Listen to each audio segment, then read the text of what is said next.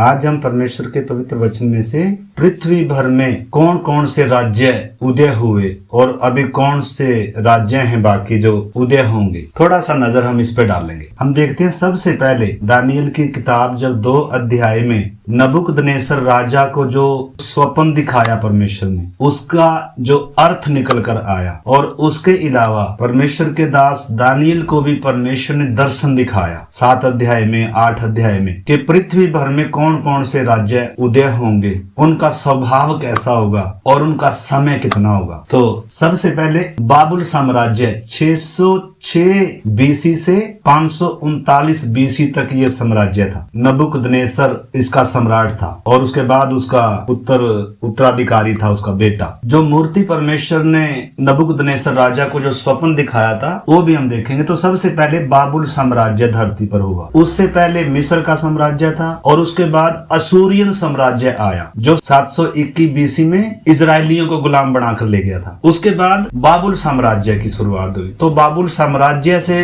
वो मूर्ति का अर्थ है। तो बाबुल साम्राज्य है पहला, उसके बाद मादी फारसियों का साम्राज्य हुआ और उसके बाद तीसरा राज्य यूनान का हुआ, ग्रीक जिसका सिकंदर बादशाह सम्राट था। उसके बाद रोमन साम्राज्य हुआ और उसके बाद लोकतंत्र या प्रजातंत्र और उसके साथ साथ डिक्टेटरशिप चल रही है। तानाशाही थी, लोहे के और मिट्टी के जो पांव थे। और उसके बाद विरोधी मसीह का 7 साल का राज्य अभी आने वाला है। जिस दिन कलीसिया उठाई जाएगी उसी दिन मसीह विरोधी का राज्य इस धरती पर स्थापित हो जाएगा। सबके माथे पर मोहर होगी, पूरी पृथ्वी पर वो राज करेगा 7 साल के लिए। सारी सरकारें, सारे देश उसके अधीन होंगे। और उसके बाद यीशु मसीह का 1000 साल का राज्य इसी धरती पर स्थापित होगा, धार्मिकता का राज्य स्थापित होगा। उस 1000 साल राज्य के बाद एक नई धरती होगी, ये धरती खत्म हो जाएगी, एक नई धरती, एक नया आकाश होगा और नया यरूशलेम होगा और वो अनंत काल का राज्य शुरू हो जाएगा। वो है वास्तव में परमेश्वर की योजना। ये धरती पर जो सारे साम्राज्य आए, पहले परमेश्वर ने आदम को बनाकर राज्य उसको दिया था और उसके बाद धीरे धीरे धीरे धीरे जितने भी पृथ्वी भर में राज्य हुए,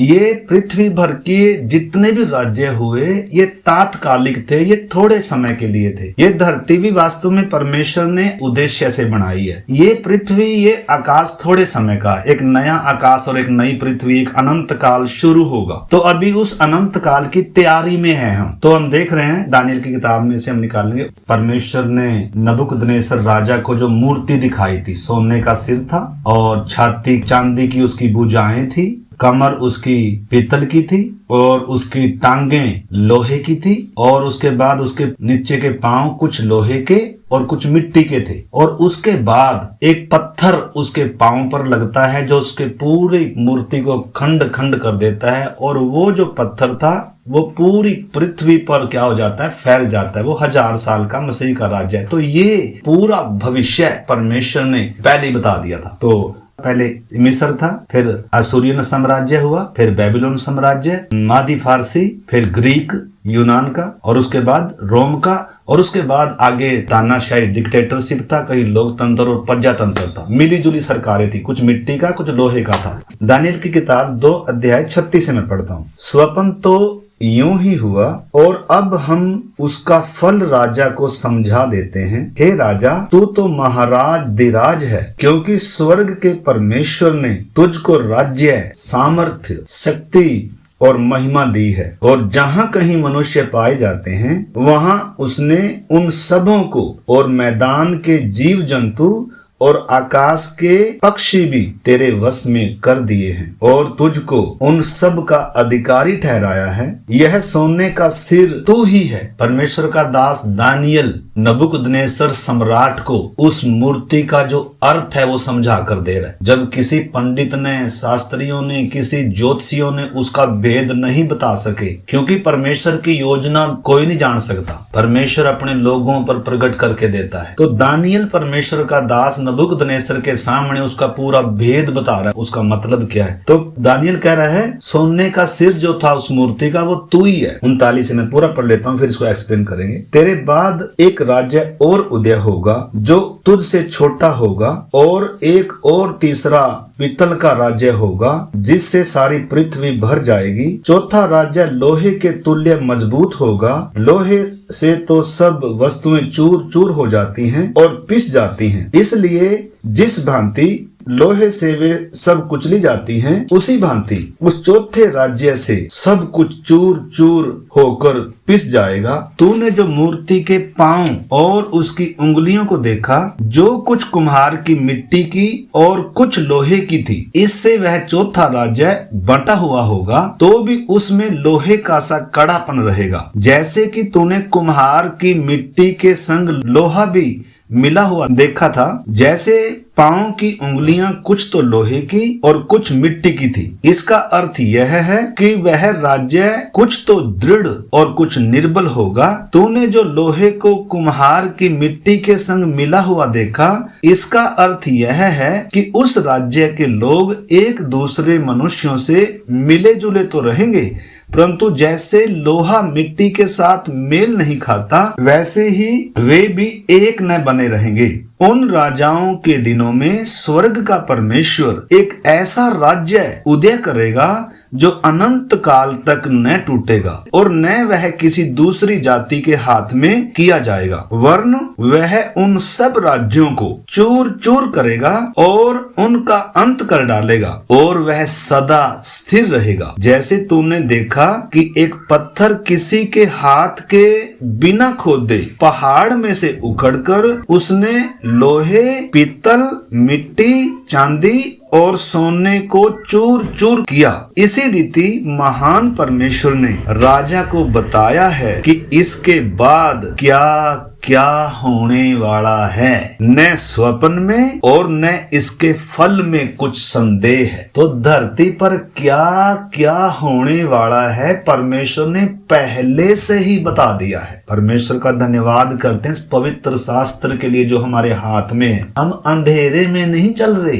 धरती पर जो भी राज्य हुए परमेश्वर ने उनके बारे में पहले ही बताया था। कितने समय तक वो होंगे, उनका स्वभाव क्या होगा, उनका उदय कैसे होगा, उनका अंत कैसे होगा, और उसके बाद अभी जो राज्य आने वाले हैं उनके बारे में भी परमेश्वर ने पहले से ही बता कर रखा हुआ है। तो जो इसमें हम देख रहे हैं राजा का स्वप्न मूर्ति का अर्थ, तो नबूकदनेस्सर को परमेश्वर ने राज्य दिया और उसके साम्राज्य की तुलना सोने के सिर से की गई है। वह बाबुल साम्राज्य 606 बीसी से 539 बीसी तक या ईसा पूर्व तक रहा, जो शक्तिशाली, समृद्ध और वैभव के कारण बहुत प्रसिद्ध था। सोने का सिर था। और जो इसमें शब्द आया राजाओं का राजा नबूकदनेस्सर को कहा गया, इस शब्द का प्रयोग यह दर्शाने के लिए किया गया कि वह संसार का सबसे शक्तिशाली राजा था, लेकिन फिर भी परमेश्वर की संप्रभुता के अधीन था। मतलब परमेश्वर ने उसको राज्य दिया था। हम पिछली बार देख रहे थे परमेश्वर नबूकदनेस्सर को अपना दास कहता है। इजराइल जब मूर्ति पूजा में चला गया, जब परमेश्वर से दूर हट गए, भविष्यवाणी करते रहे परमेश्वर के दास के आने वाला समय परमेश्वर सजा लेकर आएगा और तुम मन फिराओ, लेकिन फिर भी जब उन्होंने मन नहीं फिराया तो परमेश्वर नबूकदनेस्सर राजा को, पहले असूरियन राज्य था जो असूर का राजा था, वो इजराइल के 10 गोत्रों को गुलाम बनाकर ले गया 721 ईसा पूर्व में। और उसके कुछ साल बाद यहूदा को और एक और जो दूसरा गोत्र उसके साथ था, उनको भी बेबीलोन का राजा नबूकदनेस्सर गुलाम बनाकर बेड़ियां डालकर ले गया 70 साल की गुलामी के लिए। इससे हम परमेश्वर के स्वभाव को देखते हैं। परमेश्वर ने इजराइल को इस संसार में से चुना, अलगदाई में चलने के लिए, पवित्रताई में चलने के लिए, व्यवस्था दिया, कायदे कानून दिए, तुम्हें चलना कैसे है। लेकिन इजराइल अन्य जातियों की रीस करके, अन्य जातियों के से काम करके, जैसे आज कलीसिया में अन्य जातियों के से काम होते हैं, अन्य संसार की रीति पर, संसार के सदृश्य और संसार से प्रेम और संसार में की वस्तुओं से, तो ऐसे में हमने समझना है परमेश्वर का स्वभाव, परमेश्वर की योजना। पुराने नियम में परमेश्वर ने इजराइल को चुना था, नए नियम में कलीसिया परमेश्वर के चुने हुए लोग हैं, पवित्र किए लोग हैं, अलगदाई में चलने के लिए बुलाए गए लोग हैं, परमेश्वर की योजना को पूरा करने के लिए बुलाए गए लोग हैं। तो बाबुल का पतन, नबूकदनेस्सर के उत्तराधिकारी ने विलासता और अभिमान या घमंड के कारण उसे खो दिया। और अंततः कुस्रू मादी फारसी, परमेश्वर ने, जब आप यशाया की किताब 45 अध्याय पढ़ेंगे, 150 साल पहले यशाया नबी के द्वारा परमेश्वर ने इजरायलियों को भविष्यवाणी करी थी। 30-31 भी पढ़ेंगे दानिएल की किताब 5 का। उसी रात कसदियों का राजा बेलशस्सर मार डाला गया और दारा मादी जो 62 वर्ष का था राजगद्दी पर विराजमान हुआ। वास्तव में हुआ यूं था, जब आप 5 अध्याय का 1 से पढ़ेंगे, हमने पिछले दिनों पढ़ा था नबूकदनेस्सर को कैसे परमेश्वर ने घुटना टिकाया और कैसे उसने परमेश्वर की महिमा करी। बाद में उसको परमेश्वर ने जानवरों के समान, बैल गधे के समान घास चराया। 7 काल उस पर बीते, जब तक उसको ये समझ में नहीं आ गया कि परमेश्वर ने मुझे राज्य दिया है और वो ही सब पर, पृथ्वी पर राज्य करता है, तो उसकी उसने महिमा करी। लेकिन उसके बाद उसका जो उत्तराधिकारी था बेलशस्सर, बाबुल का सम्राट, उसने क्या किया, जो इजरायलियों को नबूकदनेस्सर गुलाम बनाकर ले गया था, उसके साथ साथ मंदिर के पात्रों को भी वो ले गया था। तो ये जो बेलशस्सर नामक राजा है, ये क्या कर रहा था, रात के समय घमंड में आकर ये उन पात्रों में दारू पी रहा था, मंदिर के पात्रों में दारू पी रहा था, पार्टी कर रहा था। देखो कैसे बाबुल साम्राज्य एक ही रात में छीन लिया गया। परमेश्वर ने कुस्रू राजा को, मादी फारसियों को, जो छाती चांदी की है उस मूर्ति की जिसकी 2 बाजू हैं, तो मादी और फारसी, तो उनको परमेश्वर ने राज्य दिया। यशाया की किताब 45 अध्याय जब पढ़ते हैं, उसमें लिखा है मेरा दास कुस्रू, मेरा चरवाहा, उसको परमेश्वर अपना चरवाहा कहता है, उसको परमेश्वर अपना दास कहता है। तो इधर इसका अंत कर कर बेबीलोन साम्राज्य का, और उसके बाद परमेश्वर किसका साम्राज्य स्थापित किया धरती पर, कुस्रू के द्वारा मादी फारसी का साम्राज्य स्थापित हुआ। तो दूसरा राज्य चांदी का राज्य, चांदी की छाती जो मैंने बताई, दानिएल 2:39 जो अभी हमने पढ़ा। एक बार और मैं पढ़ता हूँ। आप ये नहीं सोचना ये फालतू की बातें हैं, फालतू की बातें नहीं है, ये हमारे लिए बहुत उपयोगी हो सकता है, हमारे विश्वास को बढ़ाने के लिए। वचन कितना सत्य है, परमेश्वर कितना महान है, हमारे सिर के बाल भी गिने हुए हैं, हमने समझना है। धरती पर चाहे कैसे भी कानून हो, कैसे भी राज्य हो, परमेश्वर के नियंत्रण में है सब कुछ, परमेश्वर होने देता है। तो इधर जब हम देखते हैं, तेरे बाद एक राज्य और उदय होगा जो तुझ से छोटा होगा। इसके बाद दूसरा राज्य जो हुआ वह मादी फारसी साम्राज्य 539 बीसी से 331 बीसी तक था उसका समय, जो बाबुल के बाद सत्ता में आया। इसका प्रतीक चांदी की छाती और भुजाएं हैं। चांदी सोने से कम मूल्यवान होती है, जो दर्शाता है कि यह साम्राज्य आर्थिक रूप से कमजोर था, लेकिन ये अधिक संगठित था, मजबूत था, इसमें कई सम्राट। तो ये कैसे ले लिया गया, परमेश्वर कैसे राज्यों को उदय करता है और कैसे राज्यों को गिराता है। मतलब जो मैंने बताया, बेलशस्सर राजा परमेश्वर के मंदिर के पात्रों में दारू पी रहा था, पार्टी कर रहा था। तो जब आप इसका 5 अध्याय का 1 आयत हम पढ़ते हैं, 1 से मैं पढ़ता हूँ। बेलशस्सर नामक राजा ने अपने 1000 प्रांतों के लिए बड़ा भोज किया और उन 1000 लोगों के सामने दाख मधु पिया। दाख मधु पीते पीते बेलशस्सर ने आज्ञा दी कि सोने चांदी के जो पात्र उसके पिता नबूकदनेस्सर ने यरूशलेम के मंदिर से निकलवाए थे, उन्हें लाया जाए कि राजा अपने प्रधानों और रानियों और रखेलियों समेत उनमें पिए। तब जो सोने के पात्र यरूशलेम में परमेश्वर के भवन के मंदिर में से निकाले गए थे, वे लाए गए। देखो आप इधर बात को समझना है, इजरायलियों को अलगदाई में चलने के लिए बुलाया, पवित्रताई में चलने के लिए बुलाया, उनको व्यवस्था दिया, कायदे कानून दिए, तुम्हें चलना कैसे है। परमेश्वर का मंदिर उनके बीच में था। परमेश्वर ने कहा था कोई तुम्हें छुएगा तो मेरी आंख की पुतली को छुएगा, लेकिन इजराइल बार बार मूर्ति पूजक होता गया, अन्य जातियों की रीस करता हुआ। इतनी चेतावनियां देने के बाद भी उन्होंने मन नहीं फिराया। कितने नबियों को उन्होंने मारा। आखिर में परमेश्वर ने किया, क्योंकि परमेश्वर न्यायी है। और परमेश्वर ने, पिछली बार हम देख रहे थे, परमेश्वर कह रहा है मैं तुम्हें वहां लेकर जा रहा हूं। जो ये बुरी पीढ़ी है ना, इस पीढ़ी का क्या करना है, अंत करना है, अगली पीढ़ी, नई पीढ़ी लेकर आऊंगा। तो 70 साल की गुलामी में भेज दिया। इसलिए परमेश्वर ने उनको कहा था बेबीलोन में जाकर राजा के अधीन रहना, राजा के लिए प्रार्थना करना, उधर घर बनाओ, उधर क्या करो, उधर ही बस जाओ, बच्चे पैदा कर कर उधर ही बसे रहो। एक समय आएगा मैं तुम्हें वापस लेकर आऊंगा, क्योंकि मैं जो तुम्हारे लिए कल्पना करता हूँ, मैं जो तुम्हारे लिए योजना बनाता हूँ, वे हानि की नहीं है, वे लाभ की हैं। दंड में भी परमेश्वर की क्या है हम देखते हैं। तो इसलिए परमेश्वर प्रेम करने के कारण ताड़ना करता है, और जिसे पुत्र बनाता है उसे कोड़े मारता है। इसलिए हमने परमेश्वर के स्वभाव को हम समझ सकते हैं। ये तो पक्का है, पाप की सजा आएगी पक्का। परमेश्वर इतना चेतावनियां देने के बाद भी, इतना बार बार समझाने के बाद भी जब नहीं मानते, तो परमेश्वर की ताड़ना, परमेश्वर की सजा उसके लोगों पर जरूर आती रही है, आगे भी आएगी और अब भी आ रही है। हमने उस बात को समझना है। परमेश्वर की इच्छा के सामने हमने सरेंडर करना होगा। परमेश्वर, मेरी इच्छा नहीं, तेरी मर्जी मेरे जीवन में पूरी हो। और अलगदाई में, पवित्रताई में, विश्वास के साथ परमेश्वर के साथ चलने के लिए हम बुलाए गए लोग। तो इधर हम देखते हैं मंदिर के पात्रों में दारू पी जा रही है। घमंडी हो गया,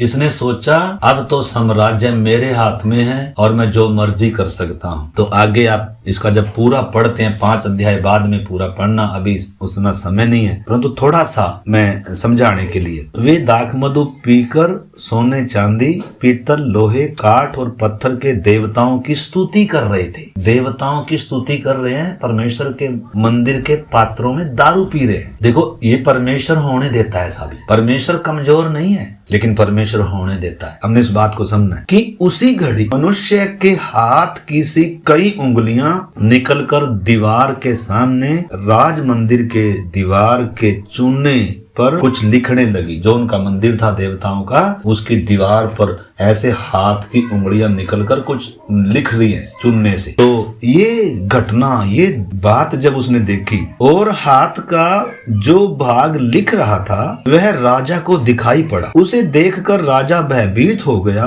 और वह मन ही मन घबरा गया और उसकी कमर के जोड़ ढीले पड़ गए और कांपते कांपते उसके घुटने एक दूसरे से टकराने लगे। उसी समय क्या हो गया, दारू का नशा सारा उतर गया, कंप कभी लगी सारी, भय छा गया, कमर के जोड़ ढीले हो गए। और तब राजा ने ऊंचे शब्द से पुकार कर तांत्रियों, कसदियों और अन्य भावी कहने वालों को हाजिर करवाने की आज्ञा दी, जो बेबीलोन के पंडित पास आए। तब राजा उनसे कहने लगा, जो कोई वह लिखा हुआ पढ़कर उसका अर्थ मुझे समझाए, उसे बैंजनी रंग का वस्त्र और उसके गले में सोने की कंठमाला पहनाई जाएगी और मेरे राज्य में तीसरा वही प्रभुता करेगा। अच्छा, तो आगे 8 से पढ़ता हूँ। तब राजा के सब पंडित लोग भीतर आए, परंतु उस लिखे हुए को न पढ़ सके और न राजा को उसका अर्थ समझा सके। इस पर बेल्तशस्सर राजा बहुत घबरा गया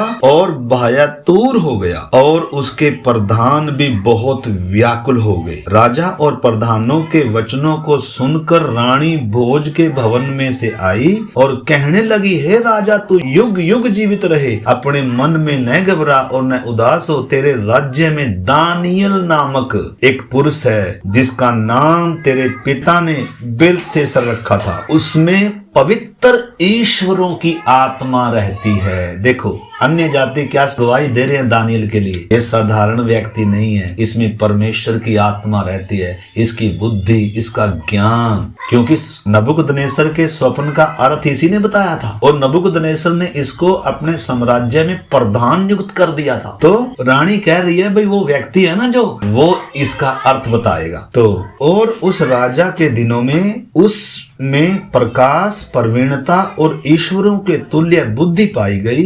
हे राजा, तेरा पिता जो राजा था, उसने उसको सब ज्योतिषियों, तांत्रियों, कसदियों और अन्य भावी बताने वालों का प्रधान ठहराया था। परमेश्वर ने जगत के मूर्खों को जरूर चुना है, लेकिन लिखा है ज्ञान वालों को लज्जित करना है। परमेश्वर का ज्ञान कितना महान है। मूर्खों को जरूर चुना है, लेकिन परमेश्वर ने बुद्धिमानों को लज्जित करने के लिए। तो इधर हम देखते हैं 12 आयत, क्योंकि उसमें उत्तम आत्मा, ज्ञान और प्रवीणता और स्वप्नों का फल बताने और पहेलियां खोलने और संदेह दूर करने की शक्ति पाई गई। इसलिए अब दानियल बुलाया जाए और वह इसका अर्थ समझाएगा। आज हम इसी पर खत्म करेंगे। ये साम्राज्य जो भी धरती पर हुए उनके बारे में देखेंगे, परमेश्वर का हाथ, परमेश्वर का काम, परमेश्वर का स्वभाव। तो हमारा सोच बदल जाएगा, हमारा बाइबल पढ़ने का नजरिया बदल जाएगा। परमेश्वर कितना महान है, हमारा उसके ऊपर विश्वास बढ़ेगा। तो जब